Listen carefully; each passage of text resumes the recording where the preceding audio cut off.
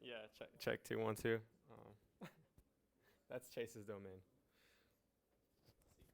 Hello. Can you guys hear me? We're live on Twitch. I love it. Front rower again. Ooh, we got sound crew Chase. Let's go. By chance, do you know the password to the bathrooms? Bathroom. It should be on the door. Yeah. Oh, He's got it. It's on the It's like right on the front door. 1595. It's on the door. Yep. Yo, I got a bagel in the toaster. I'll be back in like a minute and a half. Perfect.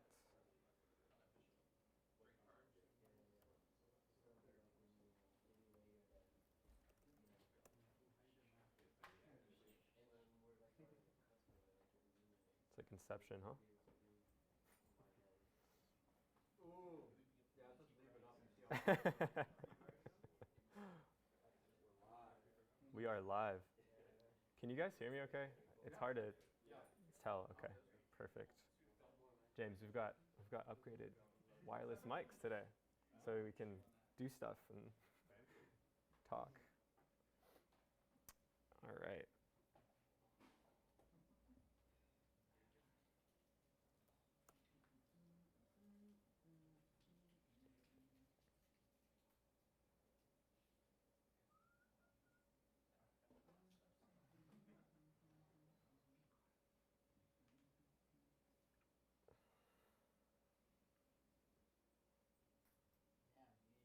really cut out a lot of people with the first week.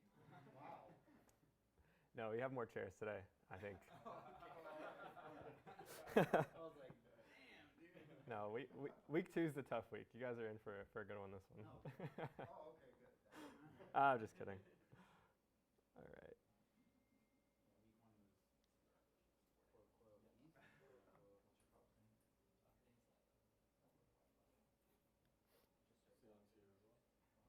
Perfect.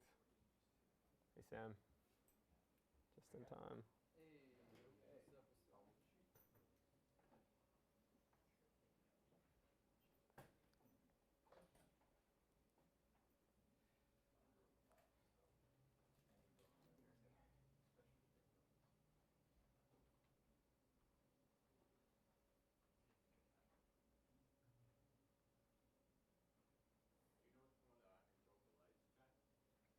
Yeah, those ones should. Yeah. Oh, perfect. That's way better.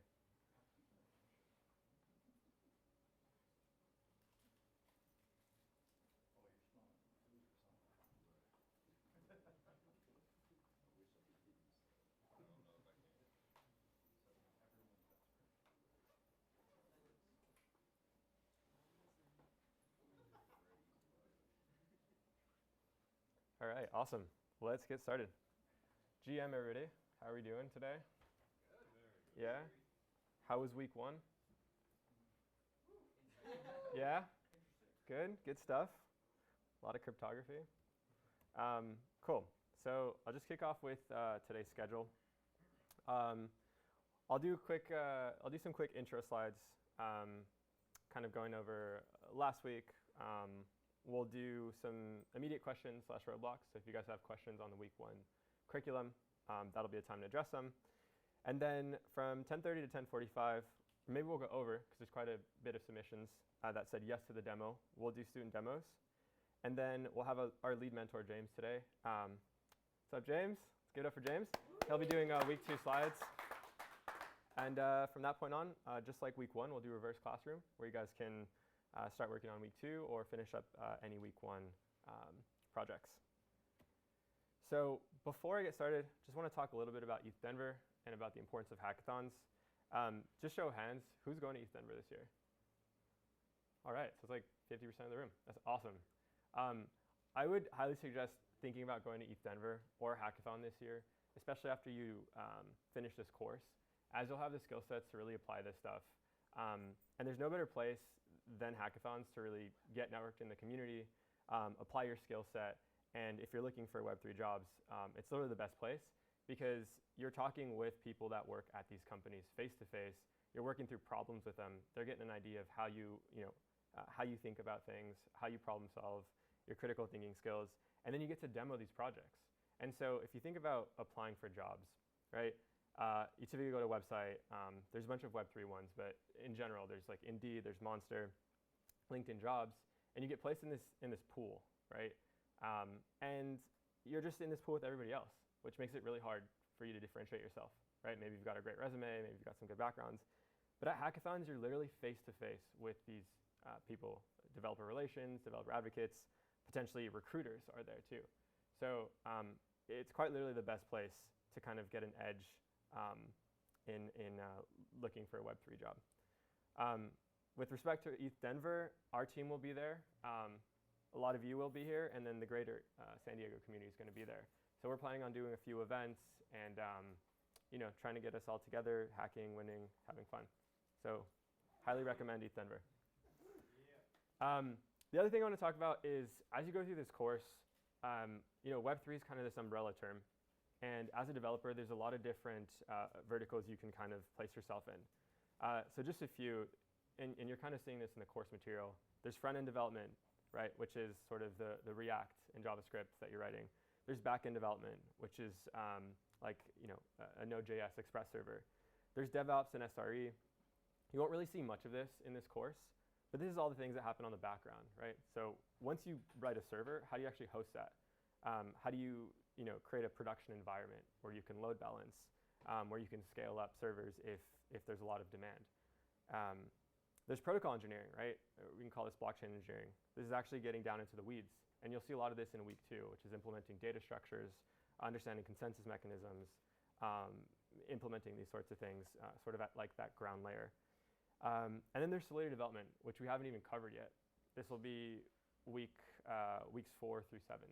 And so this is kind of like that application layer on top of this entire stack that we're building. That's really kind of what Web3 is, right? Is that thin Solidity layer and then interacting with it. But you still need front-end development, back-end, DevOps, protocol engineering, right? If there wasn't Ethereum, you wouldn't have Solidity. And then full stack is sort of this like kind of ambiguous role that people throw around. And it's I don't know if this term really makes sense, because it's hard to be skilled at all these things, right? Like a full stack technically knows the entire stack. In practice, that's not really true. You kind of divide and conquer based on your subject matter expertise.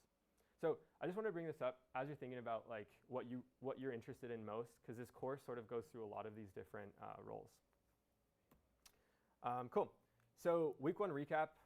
We talked about public key cryptography, generating Ethereum addresses. So how do you take some entropy, hash that, and then trim it to create an Ethereum address? That's all an address is. We talked about and implemented proof of work. So what is a blockchain, and how do you agree upon blocks, and how do you append blocks to a chain? And then we also talked about sort of blockchain architecture, right? So similarly, what makes up a block, what goes in a header, things like this. And then lastly, we talked about ECDSA.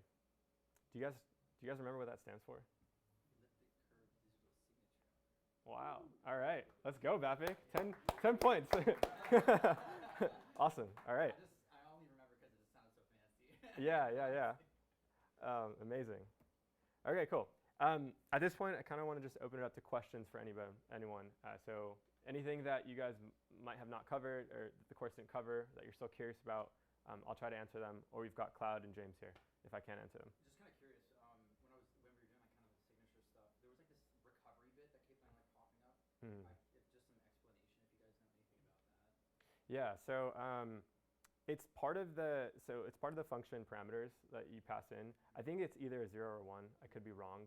I actually don't really. Some clarification because I just didn't know. Yeah, it's you need it to essentially. I think it's like just kind of like a checksum, I believe, in a way. Okay. But if you guys have more insight on that, Cloud or anybody that wants to take the question. Yeah, like you said, it's pretty much a checksum, so it's a recovery bit. It's asking you, do you want this to be recoverable from the signature I verifiable? see. Yes, I do. No, I don't. Oh, okay. So if it's true like or false. if you don't, then it's like you're not getting it back. Yeah. Whatever. Okay, that makes sense. Cool. Thank you.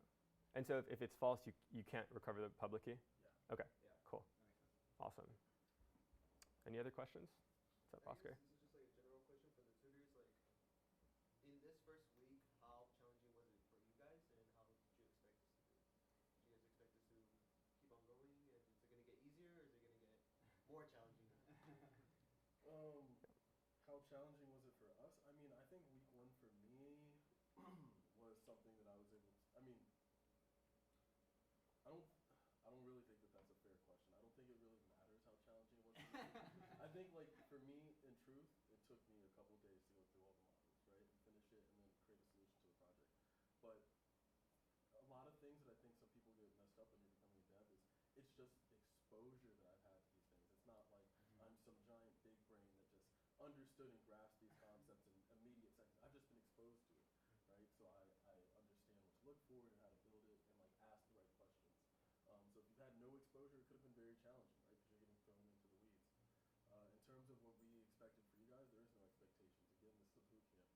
The expectations is on you. So if you were able to go through this, fly through this, then it's probably in your best interest to hop into week 2, you know, and get it done. And I saw from some of the submissions, people were like, oh, there's no solution, right? Alchemy isn't really offering a best solution to you guys, right?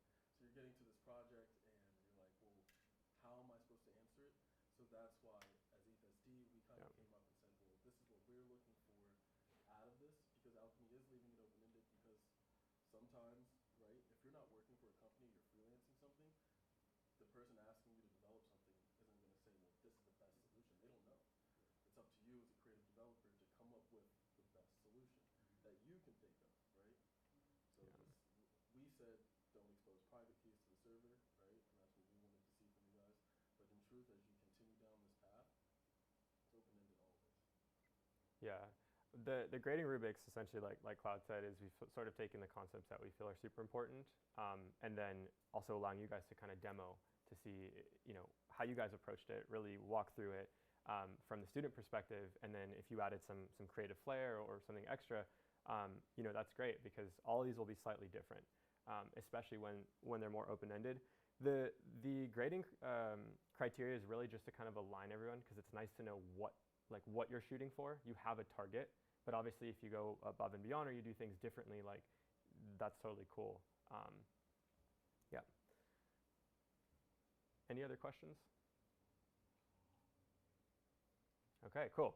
The one thing I will say is, so the way that these courses go is there's some modules you go through, right, which is using the Alchemy IDE, and then there's the actual projects, which is you writing code, you know, via your own IDE and pushing that up to GitHub. Each week is a little bit different. So this week it was pretty balanced. There was a good amount of curriculum to go through, and then the project was decent in difficulty. For week 2, it's sort of unbalanced in the sense that the modules are a lot harder and time consuming than the project. So I would just say this to not get discouraged if you're facing a lot of hardships going through. There's a lot of algorithms. We talk about recursion, we talk about binary search trees, Merkle trees. James is going to cover more of that. But essentially, don't get discouraged and think, wow, like, I'm not going to be able to get through this. Like, I'm definitely not going to get through the project. The project is actually really easy, especially if you get through some of the curriculum. So that's just some words of, I guess, motivation in case you guys get stuck. Cool. To jump into week 1 project submissions, this is how we laid out the rubric. So 1 point, if you were able to describe how you achieved the goals of the project, this would be in your README. If you submit it somewhere else, that's fine. 1 point if your project compiles and run, right? So does the Node.js server run and expose a port? Can your React app, like, you know, connect and send some data, not crash? 2 points if the client side, if you created a client-side script to generate Ethereum addresses. So this could be a separate script, right, like generate.js, which is solely responsible for sort of creating addresses. So taking some entropy, turning that into a private key, turning that into a public key, and then trimming it for an Ethereum address. 3 points if you pass a signature from the client to the server, right? So this is really important. This is the kind of like the meat of this project is, you know, did you pass a signature and recover it versus passing a private key, right? That's what we never want to do. You never want the server to have a hold of your keys. And Edge will tell you all about this, right? And then 3 points if the correct balance is deducted from the account derived from the signature you pass to the server. So once you pass that signature, was the server able to recover it and deduct the right balance? With that said, let's kick off with student demos. So I'm going to go through the Google form, just top to bottom, and let's try to keep these around 5 minutes because I think there's quite a few. And feel free to just walk through the code, explain how you achieved the project goals, and if you added something creative, definitely share that. And without further ado, I will pull this up. And actually, I don't want to expose all these answers. So, I have the list. sorry. Oh, you have the list? Okay, cool. Do you want to just call them up, Cloud? Yeah. So we're gonna start with Namdar. All right, Namdar, let's go. I want to be the first one. Well, you were the first one on the list, buddy. So, you can plug this in however you want. If you want to hold it or tap it in, and then Discord will. Awesome.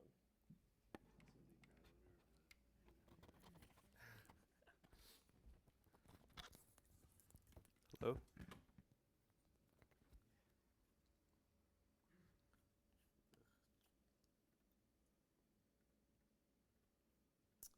So I didn't do anything fancy, unfortunately. Didn't have time, but I can show you guys that it works. So if this address and I send, let's say like $80 to this recipient, and then I transfer, it's 20. And then if we check this address, I think it was 75, so this should be, or it was more, but it was 160. So then, should I just walk through the code now, or? Yeah. Okay, cool. So first thing I did is I went to scripts, and I generated a bunch of random keys. Generated a bunch of private keys using the Ethereum JavaScript. From there, I got the public key, sliced it to get the address. Once I had the addresses, I went to the server side, and I put their addresses. Put the addresses here. So private keys are commented out. They're not on the server, but these are the addresses and these are the balances that they have. So it was 80, so 80, 80, 160. So that's good. From there, I went to the wallet side. There I took a private key in. Once I took a private key in, I basically checked it, converted it into an address, and then checked the server to see what the value of that address was, or how much that balance was, which is where I got this number from. Then from there, I went into the transfer. So this is where the meat of everything is, basically. Once you hit the transfer, basically what happens is the amount that you set within the send amount was hashed, and then that was sent into the signature function. So private key signed the signature with the amount hashed, recovery bit sent true, and then it was sent in the post, which was here. So this is where I was sending everything: the signature, the amount, the recovery bit, and the recipient. I don't think I needed to send the recovery bit or the recipient. I mean, I did need to send the recipient. I don't think I needed to send the recovery bit. I did because I was having trouble in the beginning. I'll explain where my problem came when I go to the server. So on the server side for index.jx, within the post, my biggest problem was I was sending, when I was unsigning or unpacking, I was getting the address. I was getting the public key. And in my mind, I was thinking public key was the address. And so it didn't make sense. Like it just kept, the balances weren't sending. And so I went on Discord, which I highly recommend everyone does if you have any problems. And I think it was Aaron who helped me. I'm not sure, I'm sorry. One of the mentors, definitely. Adrian helped me. And then he told me that I need to get the address. Once I was able to get the address, then everything else kind of fell into place. Yeah, that's it. Awesome. Thank you. For everybody who does present, also, what was your biggest challenge with this project?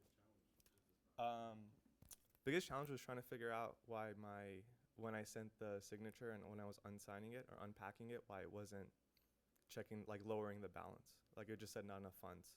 And I think it's because I didn't do the signature to like address, or like public key to address. The other thing that was challenging was also like getting into the React space in JavaScript world. Not very familiar with it, so like transferring, even like exporting functions or like bringing in libraries was like kind of a trick.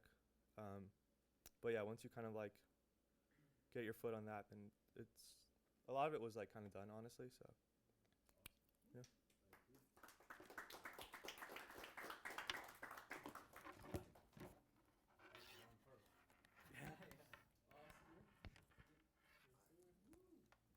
Going first. Oscar.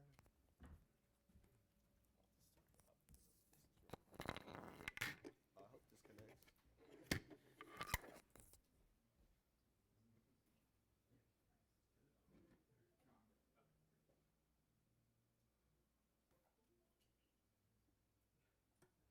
All right. Does that thing go? Hello.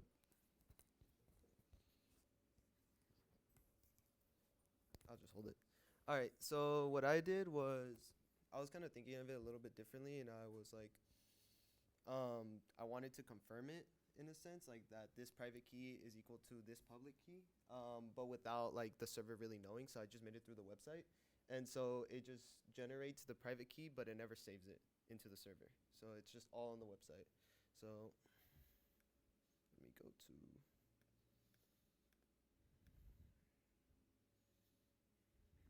Fuck, what file was it? Should be on index. There it is.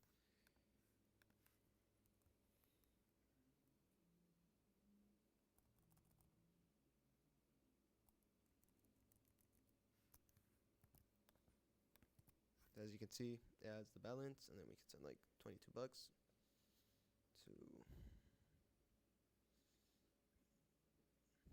this account.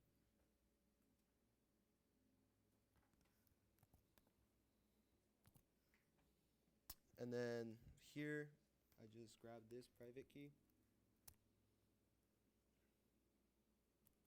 And that's the private key of the sender. Mm-hmm.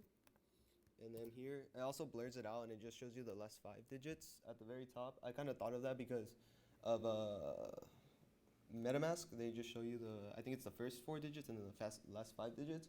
So if you really want to know that that's actually your code and you're not messing up, you can see the last 7 or 5 digits. And then transfer, and you can see that it transfers. It shows the recovery BIC and the signature.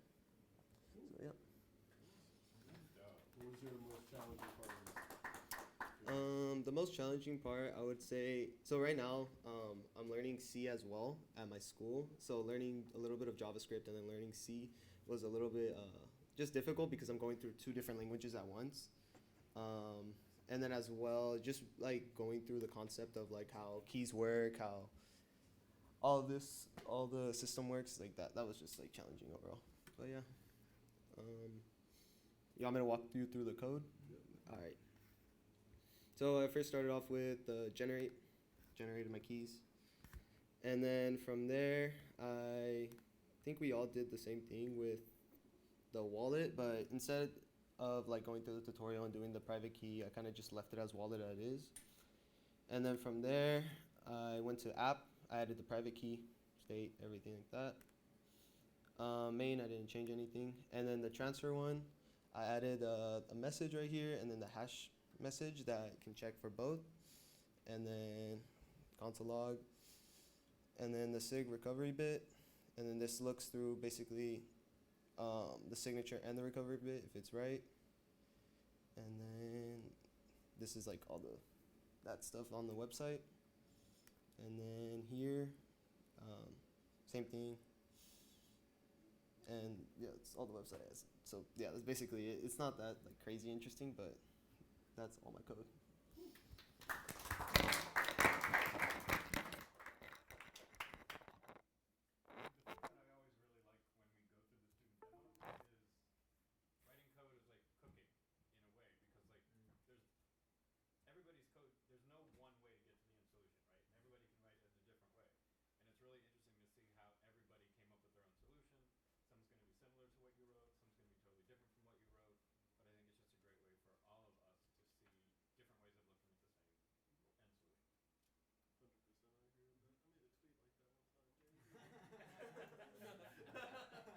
Bapic, you're up next, buddy.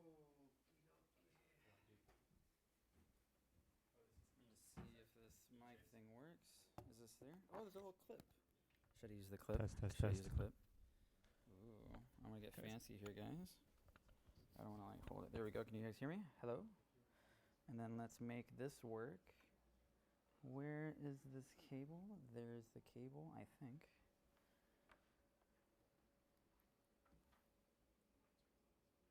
Nine. Oh, yeah. Hey, cool.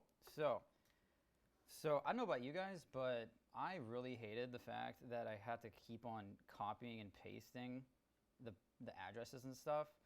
So I have copyrighted a mini EVM. And so what I wanted to do is basically just generate addresses on the fly. So if I have like 100 there, I can just like spam this and it just keeps on making new ones. Yeah, I was getting so irritated with like copying it, but personally, like this could have been a problem because I was up until 2 a.m. last night debugging React and server calls. So that was very fun. But yeah, I could have made this because I could have made this super easy on myself by just like not doing this and just copying the addresses. But I really wanted to get my React kind of like skills back up in order because I haven't done it in a long time. So I just kind of wanted to do that. And so I also have a little bit of a private linking here. So this, just clicking on these just puts on your keyboard. So if you paste it here, you get your private key. And just to show the functionality here, we can just like go to another one, address. So we can go here and then just like send like 10. So we can see it should go to 90. And then this one, that recipient 0xe, we can put in their private key and this should be 90 as well. Or 110 because we sent it to them. Cool. And then the other thing was I was pretty interested in like if these were actual like Ethereum addresses because like theoretically they should be if we're generating them, right? So I kind of made a hyperlink here. Every time you put in a private key, whatever your public key comes out to, you can just go to Etherscan and check it out. But I'm not sure if my internet's working right now. But oh, there we go. That's fuck it. Let's just see what happens. Oh, there we go. Okay, there we go. So this was pretty interesting. It's like when I was like generating these codes, I was like, what if I just put in my own? So I kind of put in a character like number in the console here whenever you put it in, just to kind of see, because 64 characters is usually like the amount that you have. So I just wanted to see what the address would be if you just put a 1 after a bunch of zeros. And then, there's so much activity happening here. It's probably because everyone has the private key because it's so easy to guess. And this is what I kind of put in the Discord. It was a bit of a revelation for me. The real security with the accounts is just the sheer randomness of this. It's like almost near impossible to guess all this stuff, and that's when Chad put up the keys.lol thing, which was just I just love this, where it basically just generates new private keys and checks Etherscan and sees if there's any balances on them, just because like it is so hard to guess something. It's like what is it? It's 16 to the power of 64. That's a lot of characters. So that was a big revelation for me that I learned. Was that the real security on these things is just on the account in the private key there. So just a bit on the code. We have I just made like a big thing called crypto scripts because I kept on reusing them. Sorry? Can you bump up the font?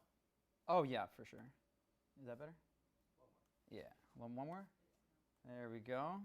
We're getting some cataracts here. So...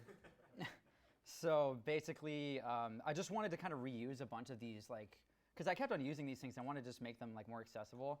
So I just made two copies of basically the same script on each side, on the server and the client. And I basically wanted to have the public keys only sent to the server, and the private keys only stayed on the client side. So all of these private keys are only generated client side, and the only thing that's passed to the server is the public key and the balance, which is actually popping up in here. We have our empty object, which initially they give you like 3 addresses, I think. And I want to just have it empty so that I can kind of like generate them each time, because otherwise, if the private keys are only being generated on the client side, you won't have access to those public keys on a refresh, because like you're not going to be saving the private keys anywhere, so you won't be able to get you won't be able to send it as the private. The sender, I guess. But yeah, so I came up with this little add balance thing here. Just for the record, this 4-character stupid little word cost me a good 3 hours. Yeah, Vanessa and I were at what is it called, Lestat? It's like Lestat, yeah? Lestat, yeah. It's like really cool, like coffee shop in Hillcrest. Definitely recommend working out of there. But I put params here instead. And I was like, that was the problem, by the way. That was the thing I was having last night. because I looked over here for params, but I didn't realize params was for this. So it's for like your, whatever. But long story short, double check both endpoints, and because I was only debugging the client side and I wasn't really checking the server side. But yeah, cool. Rant over. Cool. Thank you guys. What was your most challenging part? Most challenging. Oh man, that was a lot. I think a lot of it was having to do with React and the fact that I was like so unfamiliar with it for so long, because I was really trying hard to get this to happen. This whole like private key address thing. This took like a while, and then also just dealing with data types in like the Ethereum stuff. Like at least with the generation of like the addresses, and because I was doing this, I had the same problem as Namdar. Yeah, for sure. Like it was just like, do I have a 0x in the beginning? Is it in byte? Is it in hex? So I think if there's like a TypeScript equivalent of that kind of problem, that would solve so much, because that was like pretty irritating. You can already see where TypeScript eliminates. Dude, so I much needed of that for this. Like I was like, I understand TypeScript now, because for the longest time I didn't really care for TypeScript at all. I knew JavaScript was pretty cool, but I'm like, I can just like check it. But this is like, okay, now I get it. Like, if you want to know what type of data you're passing or getting, yeah, it's gonna help dude, it you. was getting irritating. So for those of you who aren't familiar with TypeScript, it's a statically typed language. So it's just like JavaScript, but for any variable that you make, on a very simple way of explaining it, you need to tell it specifically what that variable is. So if it's a number, you have to call it a number, and it always has to be a number. You can't change it with a string. So that's how he got there. Sam? Okay. Let's go, Sam. All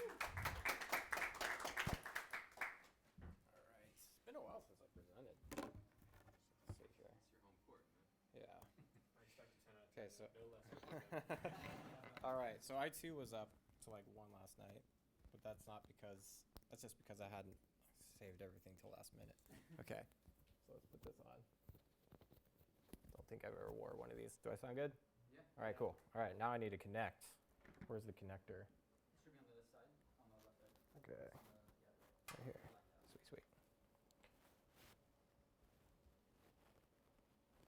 Does it draw from here? Probably not.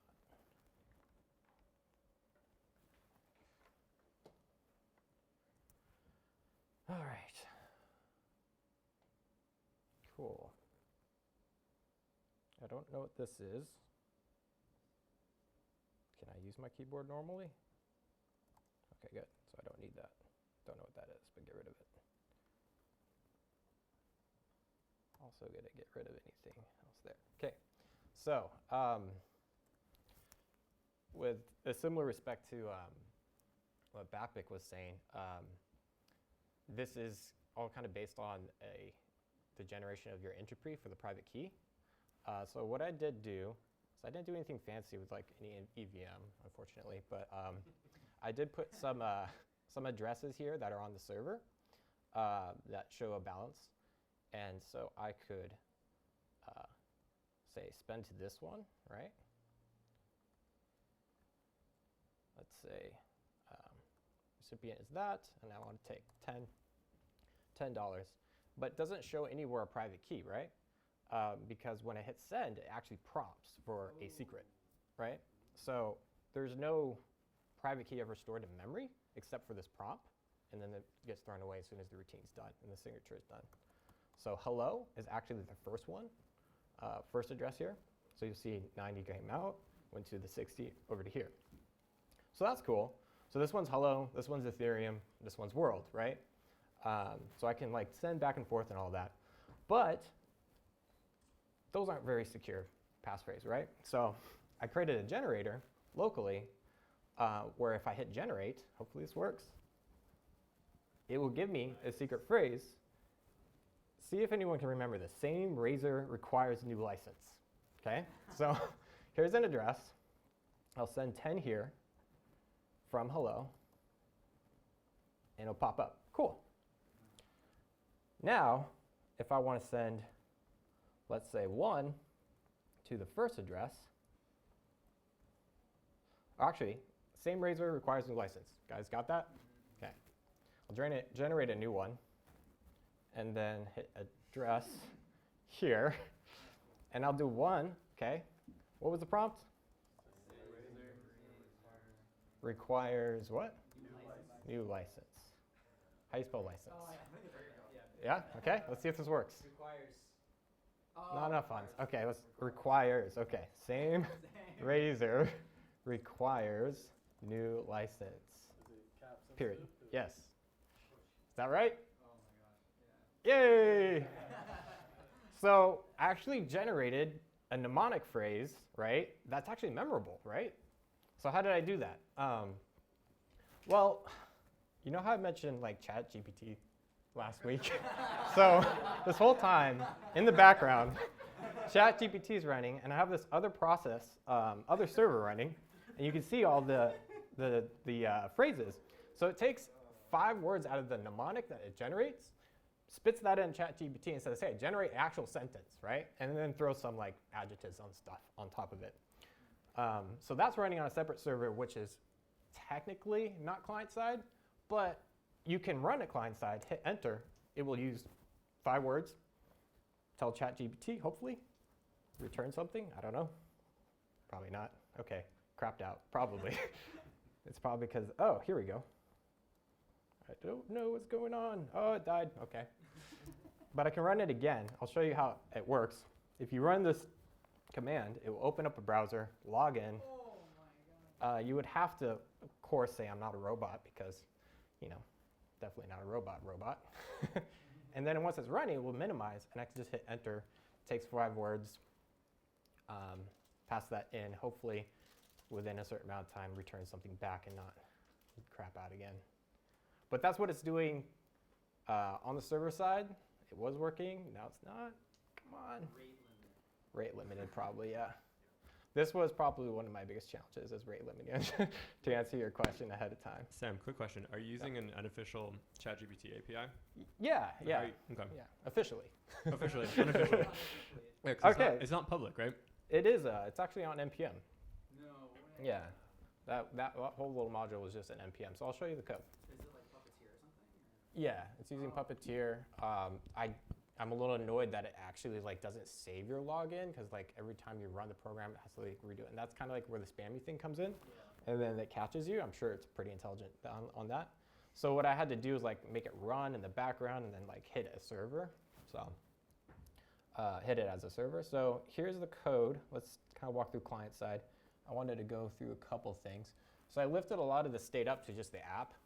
A lot of the things like the amount, recipient, address info, which is actually queried from the server to get all the blockchain address. Every time you send them out, just requires, give me all the address balances. It's very simple, no local mutation. There's just basically 2 components, transaction, which you write in. Let's actually open that up. Is this big enough, by the way? Probably not. There we go. I always forget that. Okay. So create transaction basically gets amount, recipient. When you hit submit, it sends that on submit, gives you a phrase, which is prompted for. And so the app then gets that event, takes that phrase, and then turns it into an address, turns it into a private key, creates a payload with the sender, an amount, and a recipient. And then something important to note for anyone working with like signatures, I took that whole payload and stringified it, and then hashed that here as the message. Well, that's the message. I later hashed that. Where did I hash that? Oh, in signed message, it actually hashes, right? That whole message string. And the reason why you want to include the sender is because if you just took the amount and signed that, then I can pretty much choose whatever sender without actually changing the signature. So that's something important to note that I wanted to be sure on when it comes to security. And then on the server side, yeah, of course, it's just taking that signature bit, but where it gets, or it takes that signature, recovery, the payload, right? Does the whole thing kind of reverse process. Does the validation here, right? Where it gets interesting is in the generate, where we kind of run a separate server called with a phrase endpoint, and that we'll call generate, which is our function here to generate the mnemonic, which is part of the Ethereum library. From that mnemonic, I just split it off by spaces and get 5 words, right? And then here's the prompt, write a short sentence using 5 words in the list 5. The sentence must be no more than 9 words long. The sentence should require no punctuation. The sentence should be coherent and make sense.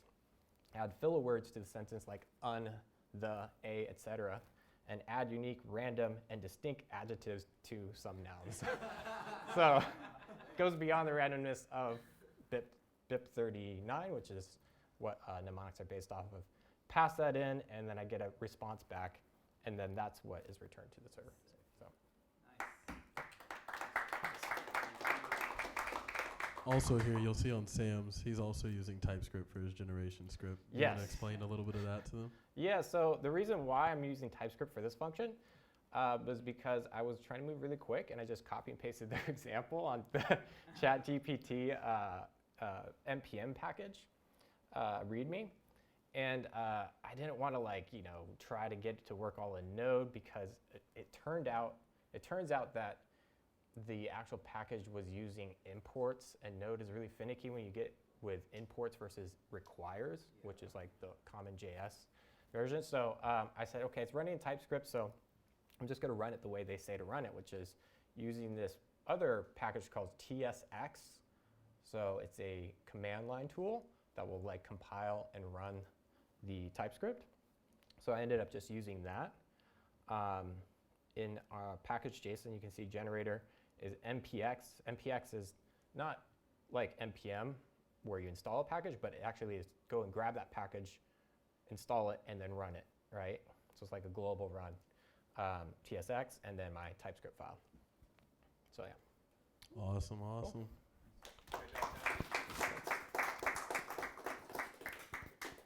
Cool. Last but not least, Braulio.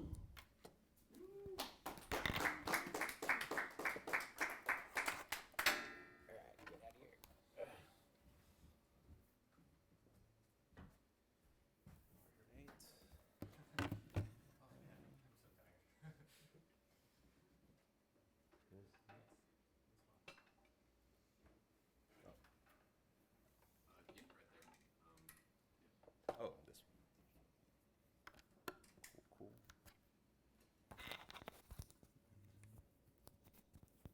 This is pretty fancy. I've never seen this or never used this. You can click that. What? Yeah.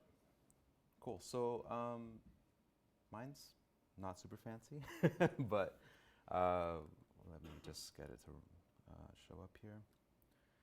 So for me, the main issue was I didn't want to put the private key into any of the forms. So I opted for just trying to put the signature to generate that through a script.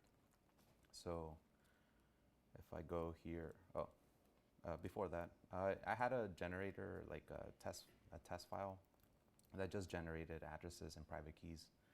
I saved a bunch on a config, so I didn't have to keep generating it. And then using that,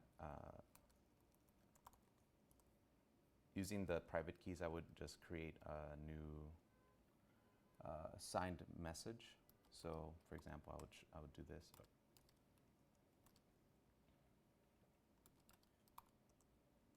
Oh, wrong again. And then I had the recovery bit come out as well. So this was what I would input into my form.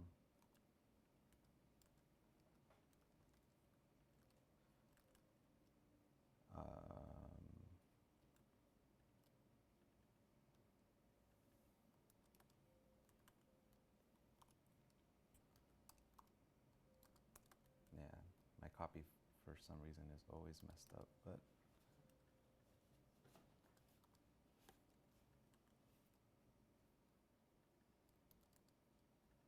yeah, So this account had 70. I'm trying to send it over to this account. Now it would deduct and go to 60. However, if my signature is somewhat tampered with, you would get a message saying that sender did not sign the transaction. And then I still had a little bit more error handling to implement, but yeah. And then, what was your name, by the way? Sam. When Sam was talking, I was thinking about the message that I signed. So the generate script that yeah, so here I had the transaction data, but I didn't put anything like a recipient here. So that's probably an improvement here just to improve the security, just to make it a little bit more unique. So when he was talking, it kind of clicked. And so that would have been a change that would have been done on this script and then also on the code itself, on the server side. And yeah, so I'll just go through the code. Really didn't change much on the client side. Just added the labels and the forms for the text boxes and inputs for the recovery bit and the signature. And then most of the magic here is just kind of like on the server side. So yeah, I would take in, I would recreate the transaction data, hash it, and then using the signature and the recovery bit and the hash data, basically recover my public key, and then format it back to the address, and then I would check if this is coming from the actual sender. If not, then just return an error. Else, try to check the actual signature, and then if it does go through, then it'll actually update the balances. But yeah, that's my project. Yeah. Biggest challenge? Biggest challenge for me was just trying to see like what, first of the types were like an issue for sure. So not knowing whether you have the uint array, uint8 array, or is the hex. The other thing was where, like, trying to just like mentally model this. Like, I don't want to send things on, I don't want to put certain things on the client side. What was that? What would cause the most like security issues if it was an actual application? And then, okay, so then if I'm thinking about security first, where all that logic should be, and so then I would put it onto the server side, you know. So it was just kind of like mentally getting around how to do all this in a secure way. And then the other thing was so I had the private key implementation done first. So I would actually pass in the private key, and I would use that to sign the message and then send it over. And then trying to figure out a way to not send the private key. So just use the signature and all that. So that was the next kind of step. But yeah, that was, I think, my biggest challenge. Just like mentally kind of getting around like where everything should be. Yeah. Wonderful job, wonderful job. Thank you. Now, before we hand this over to James, does anybody have any last minute wanted to present their projects? Okay. So we saw some really impressive projects this week. So for those of you who, are still working on them or haven't finished, you've seen some really creative ideas. Feel free to take from any of those. Make this as complex or as simple as it needs to be to solve the problem and kind of complete that project for this week, Do any of you have any questions to the people who presented? Sam, I had a question for you. So when you put in that seed phrase, does it map to the account? So when you input the seed phrase, does it map to the account that already exists? Because how did it know that? Because you didn't have to put any account. Oh, right. Like a public key number. Gotcha. You just, yeah. So all the balances for all the addresses that were pre-generated had very simple phrases, right? Hello, Ethereum world. The new ones that I generated had 0 balances, so you first have to send from those other addresses a transaction to get funds into those newly generated addresses. So those ones are generated using entropy from the mnemonic utility out of the library. So hopefully that's cryptographically secure, and then spits that through ChatGPT and hopefully makes it a little bit more random, I guess you could say. Or, yeah. Does that make sense? Okay. I could show you like later, kind of closer. Cool.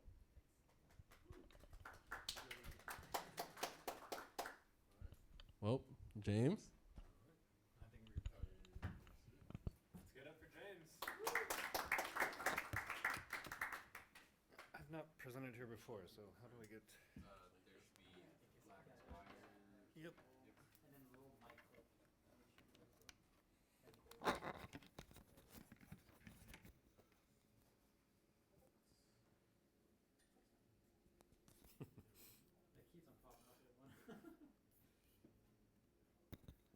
All right.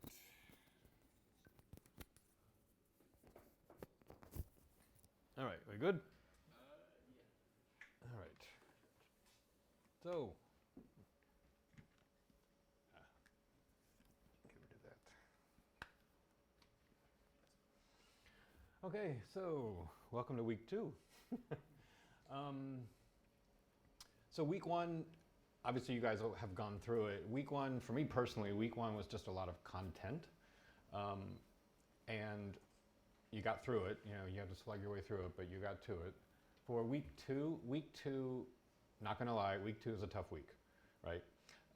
So like with everything that we're doing here, I'm just giving you a preview of what you're gonna see. I always, whenever I talk to anybody in this room, I'm coming from the position that you haven't seen anything.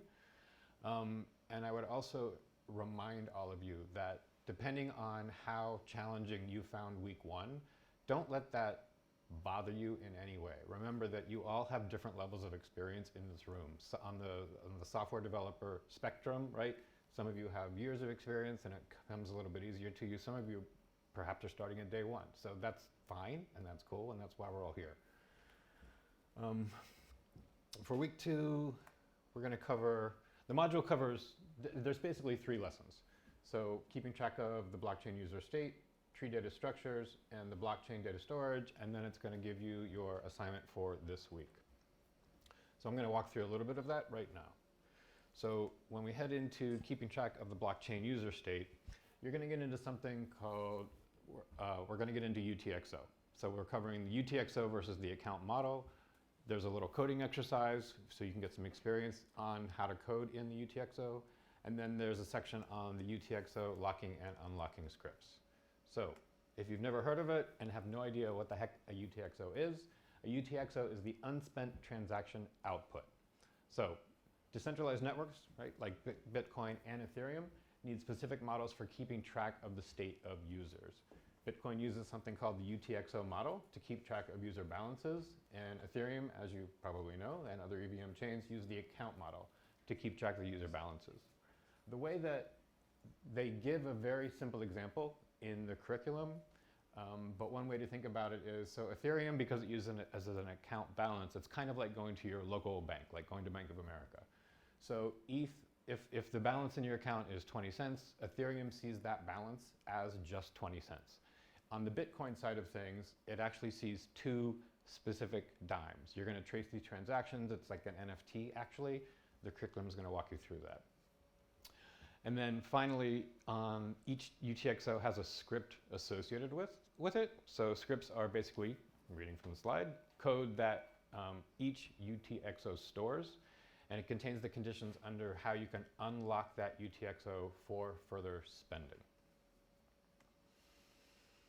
An example that these are simply screenshots from one of the videos in the module. I'm not going to explain the module to you. Obviously, you're going to get that to you on your own. But in really simple terms, the example that the course goes through is in the Bitcoin world, right? In the UTXO world. In the example for Bob, Bob has 2 unspent transactions, each worth 6.25 Bitcoin. Yeah. Can we full screen it and turn it dark so that the live stream can see it better? Here, go to, no, back out. Go to themes first. And just bring your brightness down a little bit, James. And, well, let's go to themes. Here, just No, that's fine.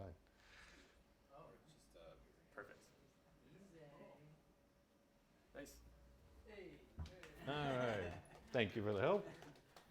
So in this model, Bob has 2 unspent transactions, each worth 6.25 Bitcoin. So he owns, 12.5 Bitcoin. He wants to go buy a car. The car costs 10 Bitcoin. So how does that work out? At the end of it, he is going to spend both of those UTXOs. He has to spend both of them, so he has the 12.5.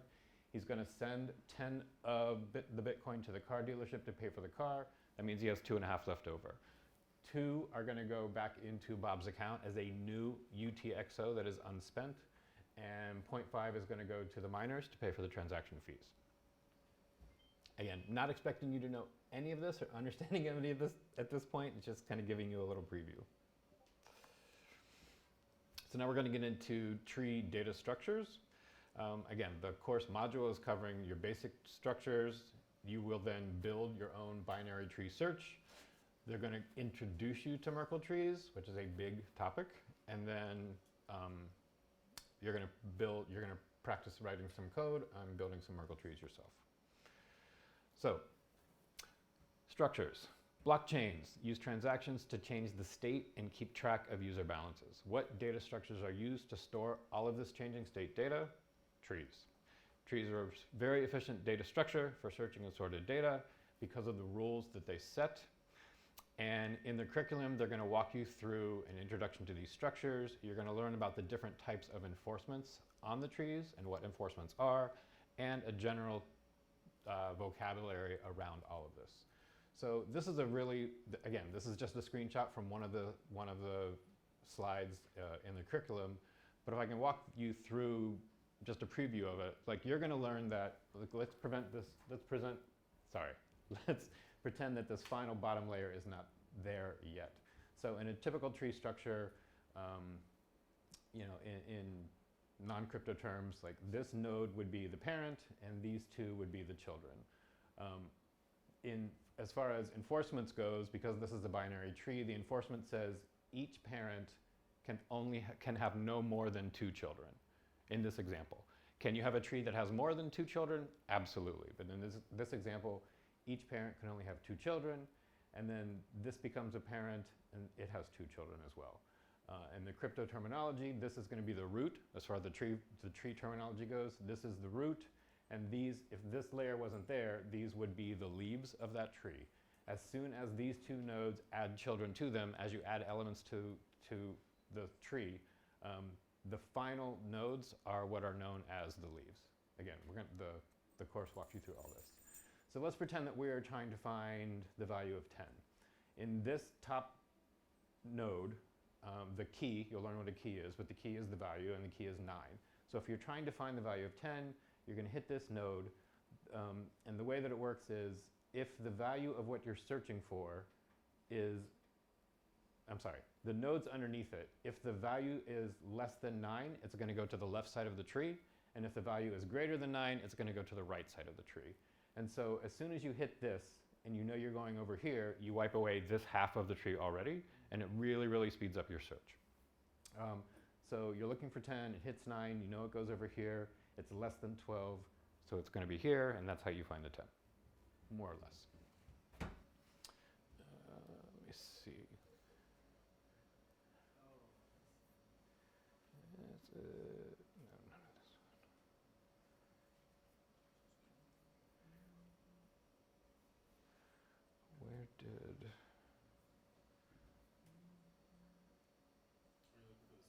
Uh-huh. 3 dots at the bottom. Yeah, 3 dots at the bottom. Okay, hold on.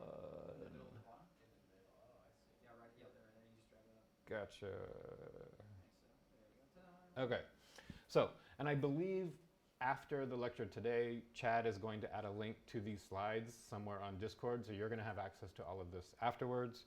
But I just wanted to walk you through. So when you're learning about this BST, binary search tree, we've got a couple visualization tools that you can play around with, and here's one I just wanted to bring up for you. It's really simple, pretty straightforward, but like if I want to insert a node, let's call the value of 5, and then if I want to insert 3, It'll walk you through it. It understands that 3 is less than 5, so it goes on the left-hand side of the tree. If I want to enter 10, it's going to add it on the right side of the tree. I want to add a 9. It follows the tree and as it is left. And similarly, you can delete nodes. It'll find it according to the binary search and pull it back out. So I'm not going to spend much more time on that right now, but follow that link when you get to it. One question. Yes, sir. Is that how all binary trees work? Always that logic? There's a number, one goes to the left, that's the less number, greater number goes to the right? Yes. That I know of. I'm not going to go into the recursion demo here just today because I had trouble with that particular link last night, and I didn't want to spend time on it. But the point is, recursion is something that's important in this conversation as well. So refresh your knowledge on recursion. If you go back to the JavaScript course in the second module, they give a very nice overview of recursion. So keep recursion, just make a mental note. Keep recursion in the back of your mind as you go through the module this week, because it's going to be helpful. All right, more into data structures. So what is an algorithm? The algorithm search time is affected by the growth of the input as you get more elements added into this layer. For the binary search tree example that I just showed you on the previous slide, every time that you add a whole new layer of the elements, it only adds one more search attempt. Let's try to walk through that again just so you make sure. So, right, so you've got these elements here. If you add, if all of these bottom leaves add children to each of them, you're going to add 8 more elements to the array. But because of the way the search works, right, if you're going found, it's only adding one more layer of decision-making time. So as the size of the tree grows and as they become really, really big, this search becomes more effective.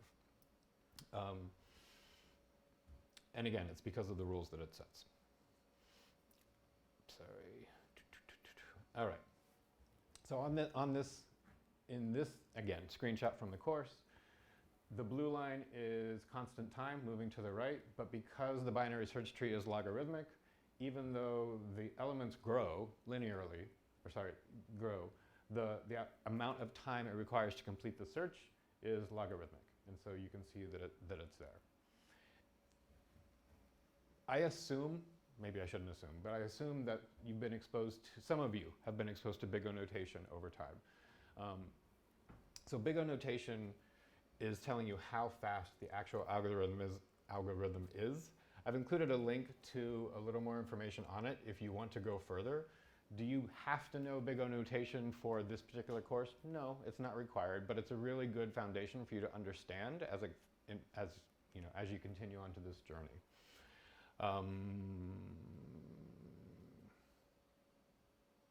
Yes, okay.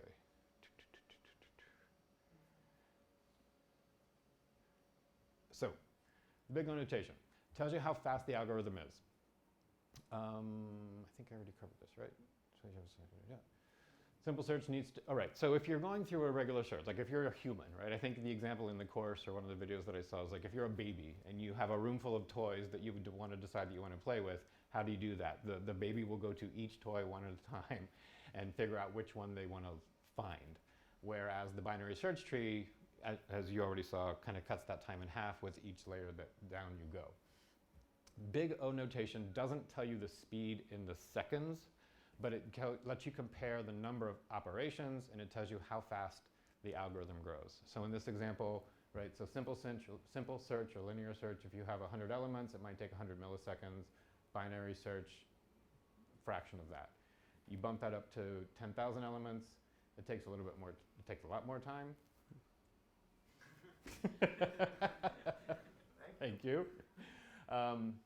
And then when you get up to, a billion elements, it can take up to 11 days. But the binary search really cuts that down to 32 microseconds. So it just makes a huge difference. All right.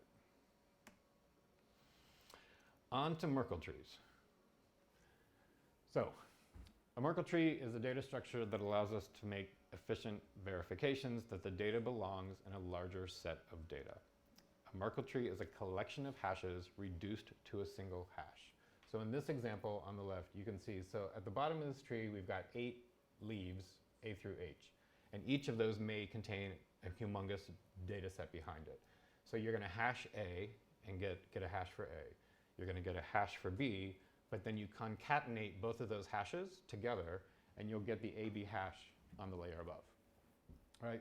You'll do the same for C and D, hash them together to get C and D. Then you're gonna hash AB and CD together to get this top flag. Exact same thing happens on the other side of the tree, and you ultimately get to the Merkle root. What's interesting about this is Merkle trees allow us to verify if a piece of data is part of a larger data structure without having all of the data in that structure. So you can check for inconsistencies in all kinds of distributed systems.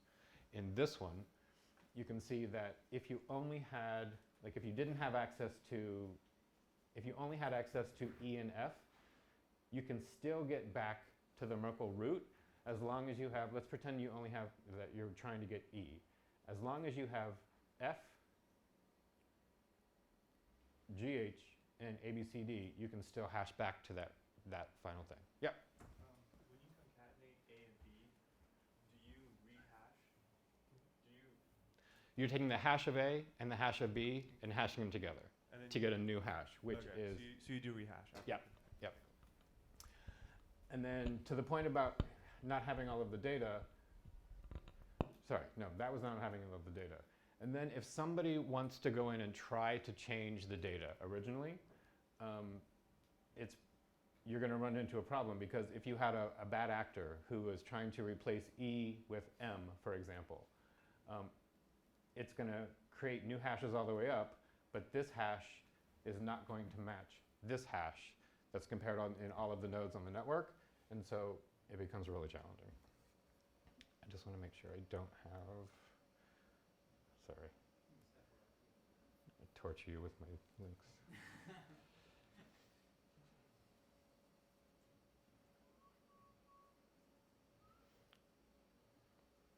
I think this one.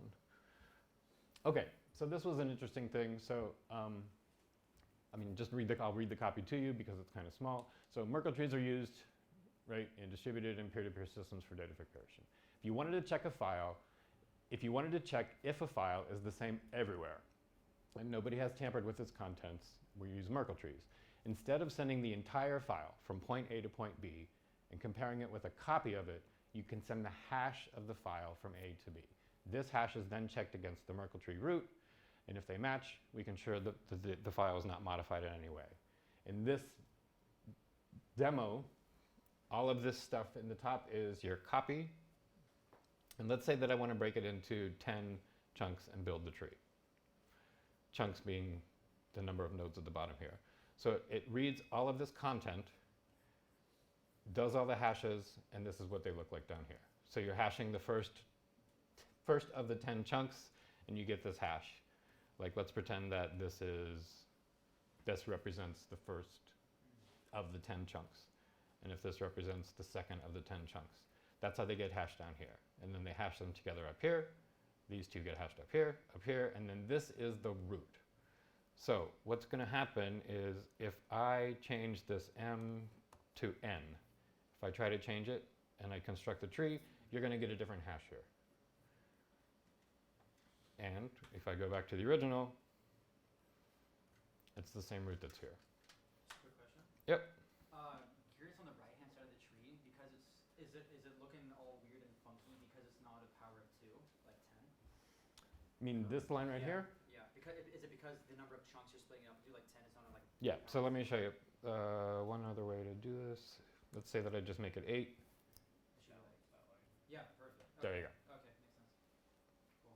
How do you determine how many chunks you should break it into? I think that's your choice. Like how secure you want it to be. Yeah. Yeah, interesting. Because it's actually... Anybody else want to feed in on that? But I think... Yeah, if you guys have questions also, so the stream can hear. And then also, how do you determine how many chunks it's going to be broken up into?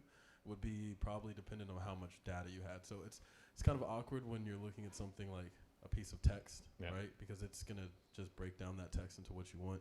But if we wanted to think about this in terms of addresses for an NFT whitelist, right, we could store each address into one of these chunks, and the root would be all of the addresses together. So if we had 10 people, right, we break them down, we'd have 10 leaves. Does that answer your question?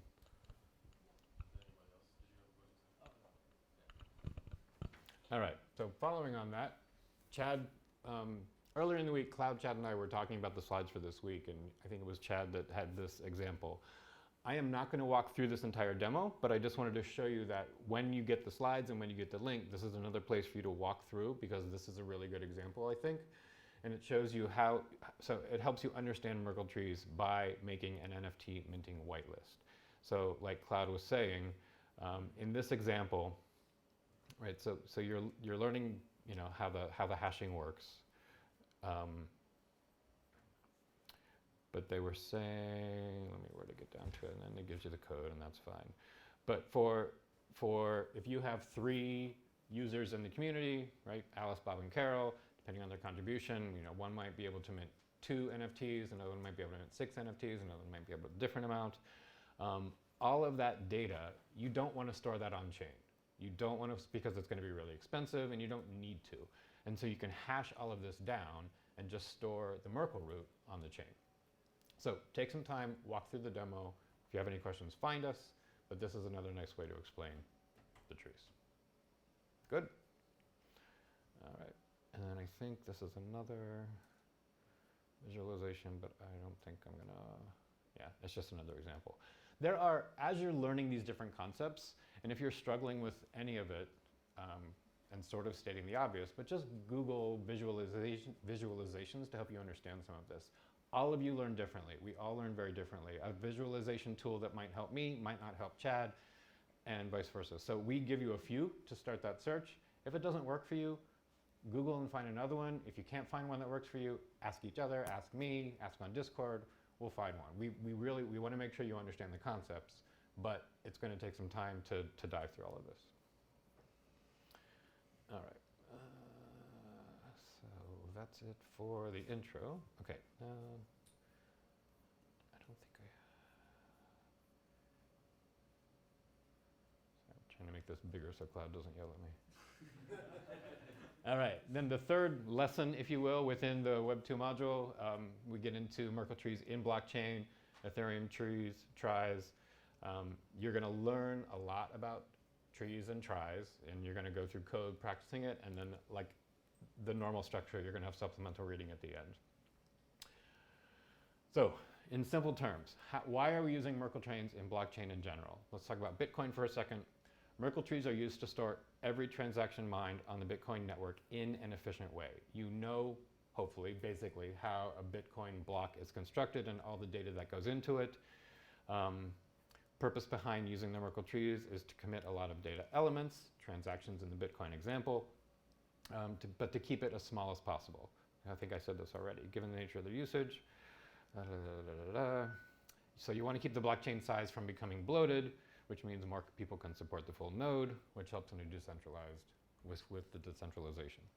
So again, in this example, you might have a block that has a gazillion transactions in it. You don't want to store all of that transaction data on chain, which is why you hash everything down to the Merkle root, put the Merkle root on the blockchain, and then you can verify and validate all of the data back through what you're going to learn this week.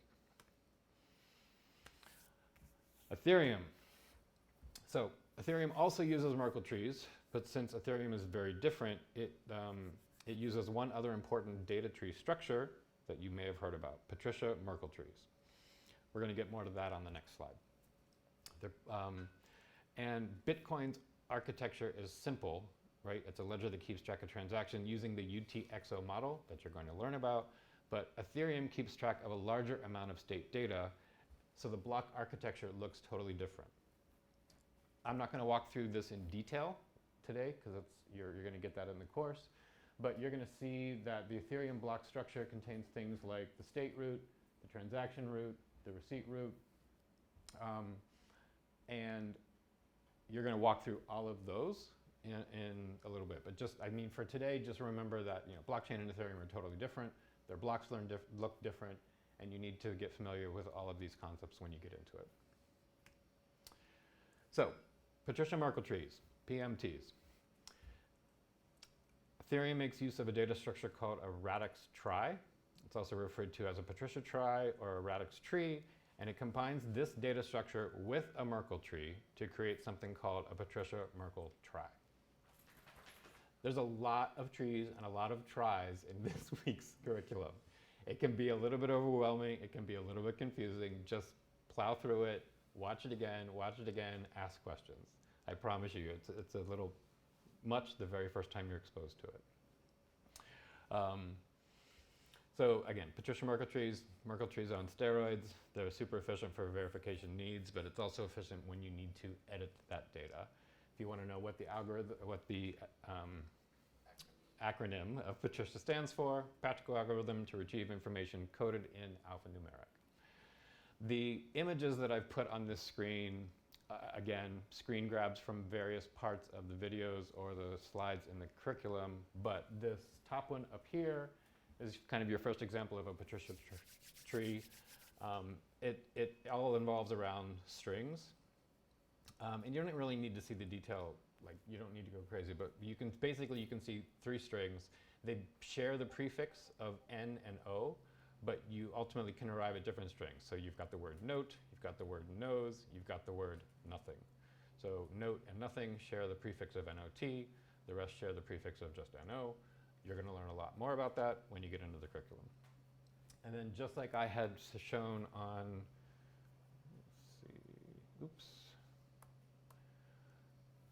part of this confusing diagram, right, when we were talking about state root, transaction root, and the receipt root, when you get further along in the curriculum, you're gonna actually code. You're going to be practicing on all 3 of these.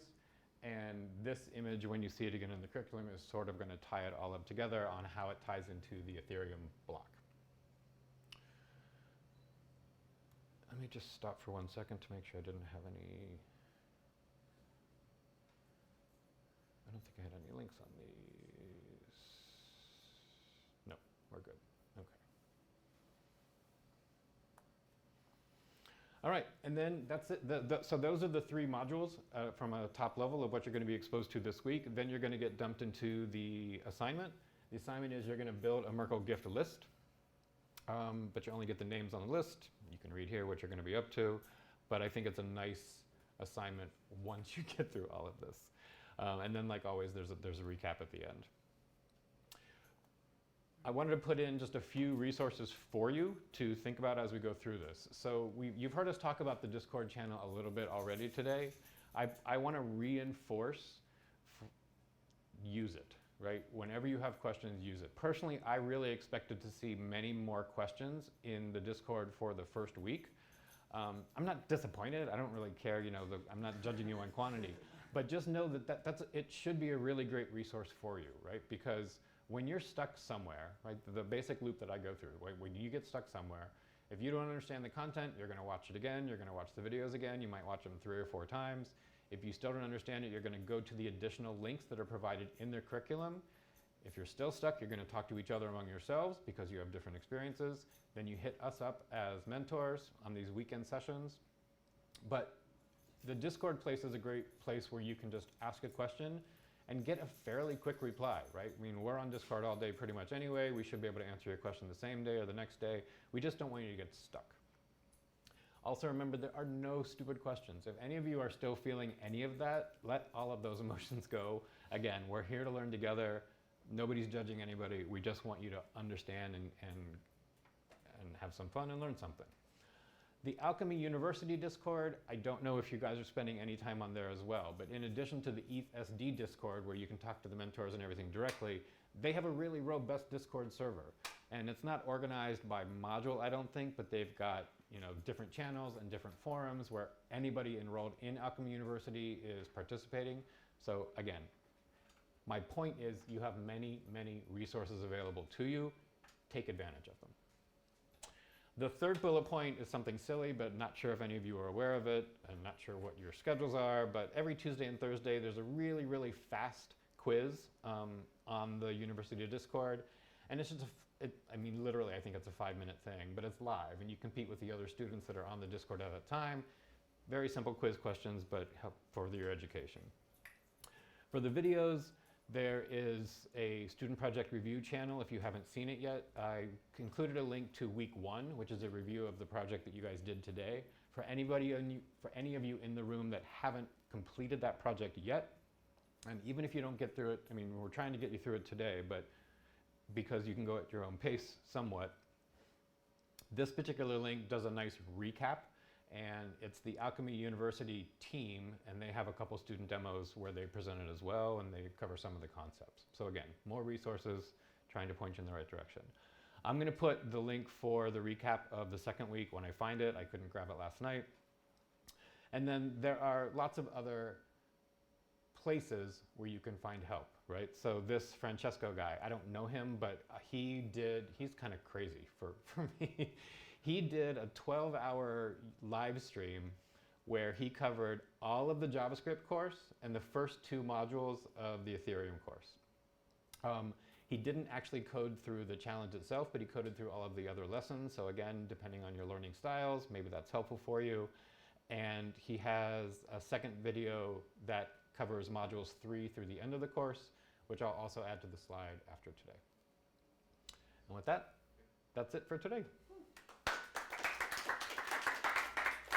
I know you guys are antsy, but just a couple things before you go. One, any questions directly for James on the slides? Okay.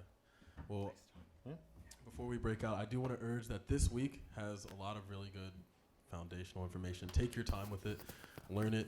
You know, questions like these can come up in interviews. Questions like these are expected of you to understand and know these kind of computer science concepts. So don't rush through this week. I would definitely say that. I would say if you don't get something this week, definitely ask the question. Definitely try to figure out more that you can learn on it, because this is good stuff that's going to help you be a better developer. Just like he said, getting together, asking questions. Bapic and Vanessa did a great, they got together. Don't be afraid. We're here Tuesdays and Thursdays, but even still, the co-working space by Edge is open all week. So use that group mentality, because you guys are all in this together. It's going to help you be better devs. You're going to be able to pick off some of the stronger people and get that good information. So definitely don't slip up there. Yeah, absolutely. I mean, just piggybacking on that, use everybody as a resource, right? This is a community effort. We're learning together. I think this is kind of the best thing that we can provide versus mentorships and slides, is just support, right? Lean on the community. It's the best way to go forward. I just want to end off with just kind of where we're at in the bootcamp before we break off. So we just finished week 1, right? We've got 6 more weeks, and we don't get into Solidity until week 4. So just keep that in mind. Push through this week, push through next week, and then we get into Solidity on week 4, which is I think what everyone's really interested in. But this is the foundational knowledge that's going to make you a better Solidity developer anyways. With that said, just to recap what James said, this curriculum for week 2 is dense, it's difficult, there's lots of data structures, there's recursion, there's algorithms, but the week 2 project is a lot easier than week 1. So there is light at the end of the tunnel. And then for today, for those that haven't submitted, if you want to use this time, we're going to extend the deadline until the end of today. So use today to go through project 1, ask as many questions as you can to get that project submitted. We're keeping it open, and we just want to get you through that. The momentum is super important. You want to keep that inertia. And good luck, everyone. Let's work. Those of you who want to work individually, desks are open, and those who enjoy group, use the conference room. So Adrian, Chad, me, James, all here today.